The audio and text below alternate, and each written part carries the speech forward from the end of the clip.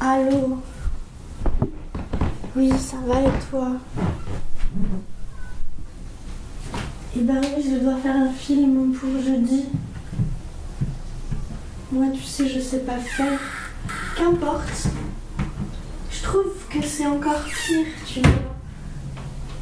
C'est vraiment pire de me dire que je dois faire le film que je veux. Aucune idée, je ne possède aucune idée.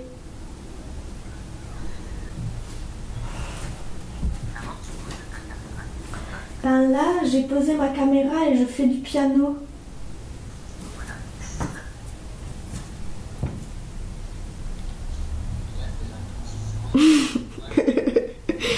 C'est ça.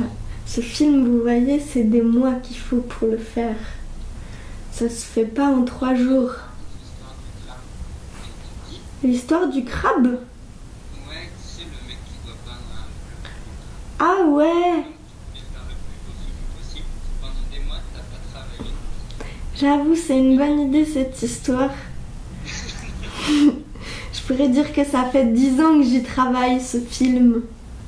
Et ça concentre tout ton travail, toute cette période. Ça, tu vois. Ouais. Mais... Ouais, en vrai, pour ce soir... Où tu peux... Ouais. Sinon, peut-être tu peux venir m'aider à faire un film, ça peut être rigolo.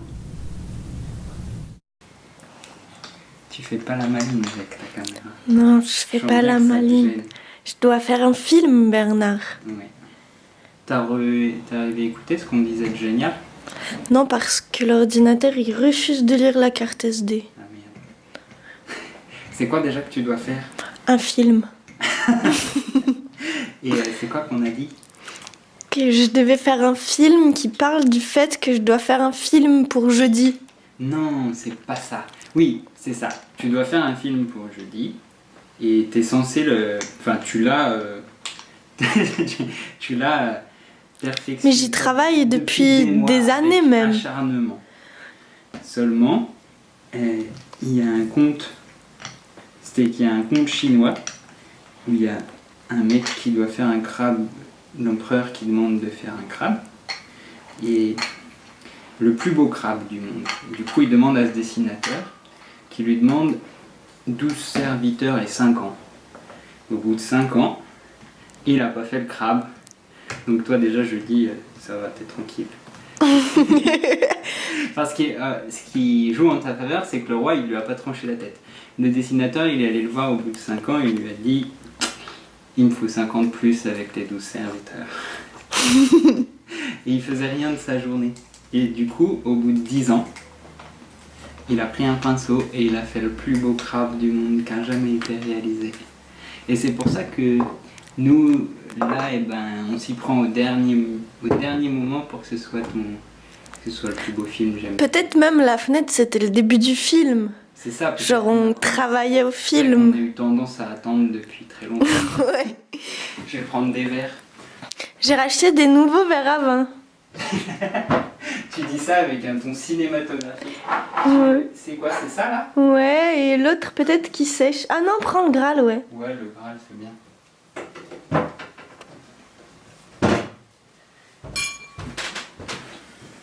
Mais du coup, il nous faudra encore peut-être toute la vie pour que ce soit parfait. Mais théoriquement, on tient le bon bout. Quoi. Théoriquement, c'est déjà Parce que mieux. Encore, le peintre, lui, il faisait un crabe matériel parce que c'était un peintre. Mais nous, on n'est pas peintre, alors...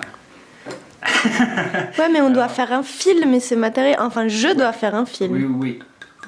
Mais ça peut... Après, c'est comme Mallarmé, il a fait un livre qu'il n'a jamais écrit parce qu'en fait, il a fait que parler du livre qu'il écrirait, qui sera le plus parfait. Du coup, on peut se contenter de voir pour l'instant. Oui, En discutant de la perfection du film à venir. oui. Tu veux je peux prendre la coupe de Je fruits? vais trinquer. Merci Bernard. Bisous.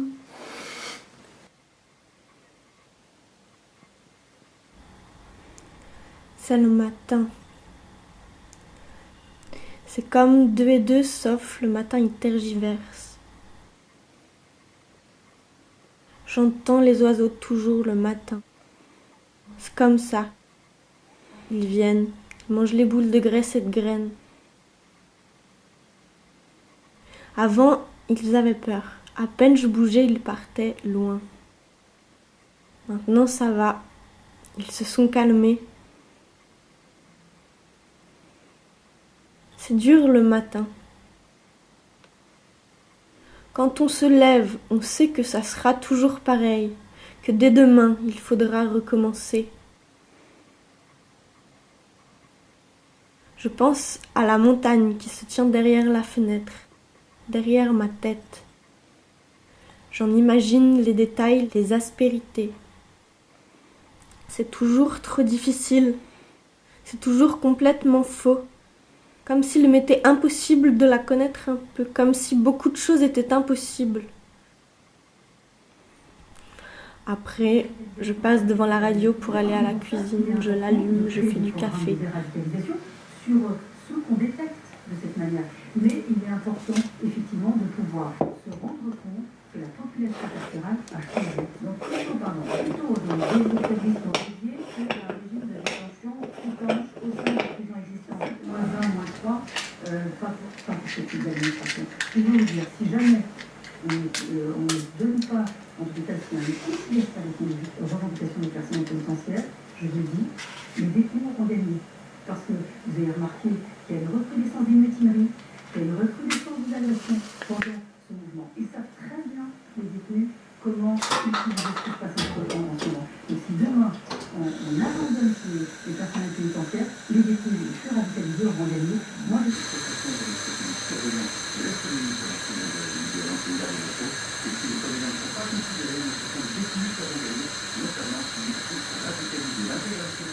Moi, un coup, j'avais répondu à un questionnaire sur le film idéal que je voudrais faire si j'avais tous les moyens possibles. Ouais. Et déjà, j'ai dit que même si j'avais tous les moyens possibles, il ne demanderait pas beaucoup de moyens et il serait presque impossible à réaliser, c'est-à-dire qu'il consisterait à filmer ce qu'il y a entre les choses. Et donc, du coup, ça serait forcément un film contre le cinéma. Ouais. Et du coup, c'est sûr que c'est pas évident à faire. Ouais, Parce que si tu commences à partir, forcément... Et puis si tu commences à filmer entre les choses... Déjà, la fiction me paraît mal adaptée à ça. Encore que tu pourrais faire un film sur une situation politique d'une sorte de mode de vie alternatif qui serait plus en proximité avec ce qu'il y a entre les choses, entre l'équilibre et tout ça. Mais ça restera encore trop illustratif. Moi, je voudrais vraiment filmer quelque chose d'invisible. Du coup, faire l'inverse d'une image. Mais c'est possible parce que c'est un peu comme la fumée dans un calumet de la paix. Toi, t'es toujours avec tes Indiens. Toujours. Et ben, en fait, la voie du sage, c'est de partir du visible, c'est-à-dire son tabac, et après il le fait brûler dans le feu divin et ça devient transparent, il s'intègre entre les choses. Ouais, la fumée, elle se perd dans l'air et tout. Il faudrait arriver à faire quelque chose comme ça. Jusqu'à peut-être, en fait, beaucoup filmer et à la fin plus faire de films. Pour jeudi. Il n'y aurait que des fragments, quoi. Ouais. Mais c'est comme le truc de Mallarmé. Je crois qu'il y a Valéry aussi qui a fait ça, Paul Valéry. Il a écrit... il avait commencé à être... bien, lui. Lui, il a fait les choses un peu dans le mauvais ordre. Il a commencé à être poète. Et par remarque, Mallarmé et Rimbaud, ils ont fait pareil. Puis il s'est arrêté, puis après, il a écrit des sortes de cahiers avec des fragments et tout ça. Et ce qui l'intéressait, c'était juste de se travailler lui-même quand il écrivait. Ouais, pas tant de ça que de faire des livres. C'est pas trop les mots et tout, c'est... Mais après, je crois qu'il a mal vieilli, je sais pas s'il a pas refait des trucs. Enfin, c'est quelque chose comme ça, à la fin, peut-être qu'il n'y a plus du tout de film, il y aurait presque que des rushs, il faudrait presque pas les monter. Et il était très enthousiaste face à cette décision hier, Julien González. Une présidentielle avant le 30 avril, la proposition est venue de Diosdado Cabello, l'homme fort du Parti socialiste au pouvoir, en réponse aux sanctions, a-t-il affirmé, car lui et 6 autres hauts fonctionnaires vénézuéliens sont visés depuis ce lundi par des sanctions financières infligées par l'Union européenne. Une proposition approuvée sans surprise par la Constituante, puis saluée peu de temps après par le président Maduro. Devant ses partisans, le chef de l'État a assuré qu'il se tenait à la disposition du peuple pour être candidat à la présidentielle si les forces politiques et sociales de la Révolution le décidaient. Officiellement, l'élection devait se tenir à la fin de l'année, mais plusieurs experts estimaient que sa date pourrait être avancée par le camp Maduro pour tirer profit des divisions de la coalition d'opposition, une opposition qui risque d'avoir bien du mal à trouver son candidat à temps, d'autant que ses deux principaux leaders, Enrique Capriles et Leopoldo López, ont été déclarés inéligibles ou sont assignés à résidence. Et même si de nombreux dirigeants ont appelé à l'unité ce mardi, difficile, comme lors des dernières municipales, d'établir une ligne commune, tant les divisions sont fortes au sein de la coalition. Julien Gonzalez, correspondant de RFI à Caracas pour France Culture. Difficile également d'imaginer une opposition forte en Égypte. Un troisième candidat à la présidentielle a été évincé par le régime, le troisième en quelques mois. Cette fois, c'est l'ancien maréchal Sami Anan qui est accusé par l'armée de crime de vouloir instaurer la division entre le peuple et l'armée. Mais le pouvoir en place n'a pas fourni de preuves, François-Hélène Ferkatadji. C'est un épisode qui montre une nouvelle fois l'autoritarisme et la paranoïa du régime égyptien. L'ancien chef d'état-major Sami Anan a annoncé il y a quelques jours qu'il comptait se présenter contre le président Sisi pour l'élection présidentielle, dont le premier tour est prévu à la fin du mois de mars, quelques heures seulement après que Sisi a officialisé sa candidature pour un second mandat. Depuis quelques jours, ses soutiens multipliaient les saillies contre le président, l'accusant d'avoir encouragé les violations des droits de l'homme dans le pays, d'avoir gâché les milliards de dollars donnés à l'Égypte pour une sortie de crise. C'en est visiblement trop pour le régime qui a décidé de faire arrêter l'opposant ainsi que 30 de ses proches. Les militaires accusent notamment Sami Anan d'avoir annoncé sa candidature sans obtenir l'autorisation des forces armées. Le même argument avait été utilisé pour condamner à 6 ans de prison un autre ex-militaire et candidat à la présidentielle. L'un des porte-paroles de Sami Anan a vite déclaré « Monsieur Anan était le candidat le plus fort et représentait le premier choix des Égyptiens, donc le régime l'a arrêté ». Restent 2 autres candidats, le fantasque président du club de football de Zamalek et le candidat de gauche Khaled Ali. Il pourrait lui aussi être exclu de la compétition. Une élection qui prend donc de plus en plus la forme d'un référendum et qui pourrait raviver les tensions dans le pays.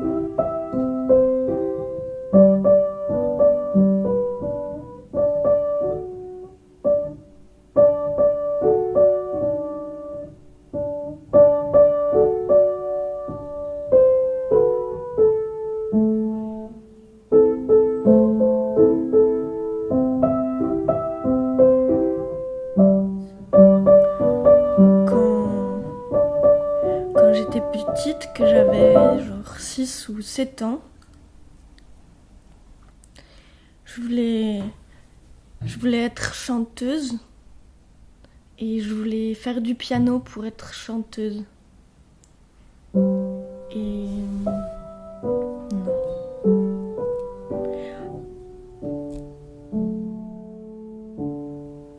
Du coup, ma mère, elle m'a inscrite dans une école de musique.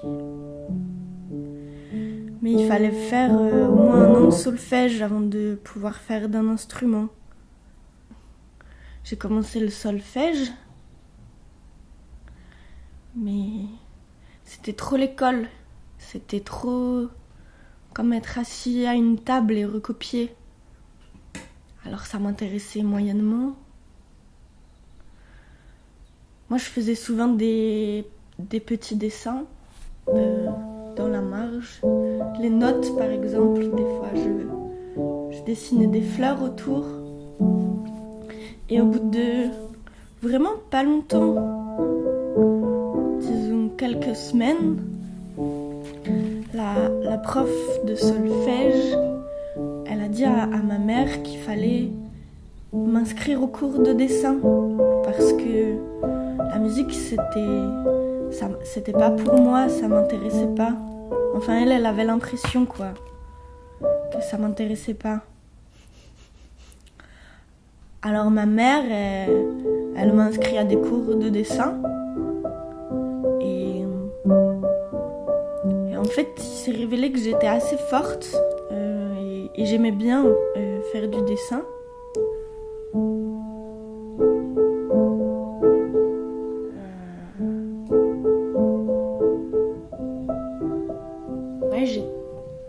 J'étais assez forte en dessin, mais je voyais pas.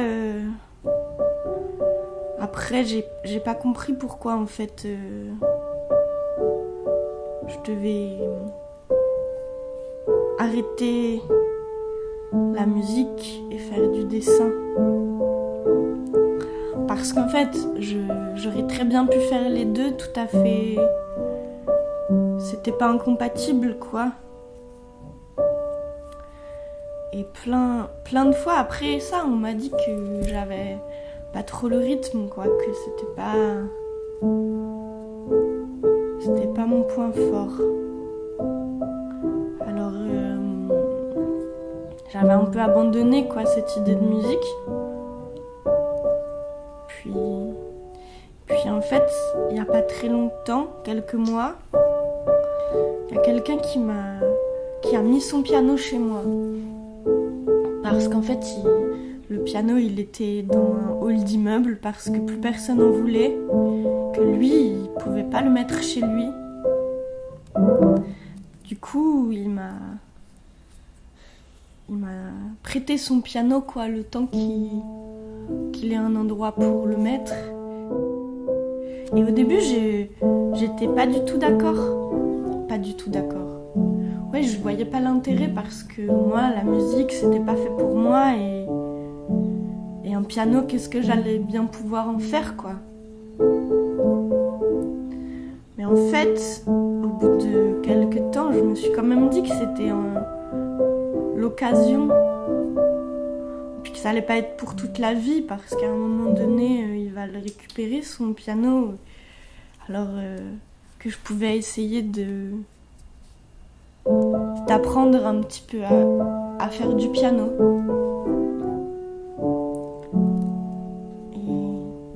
Et j'ai fait ça. Du coup, un jour, on a monté le piano chez moi avec nos bras.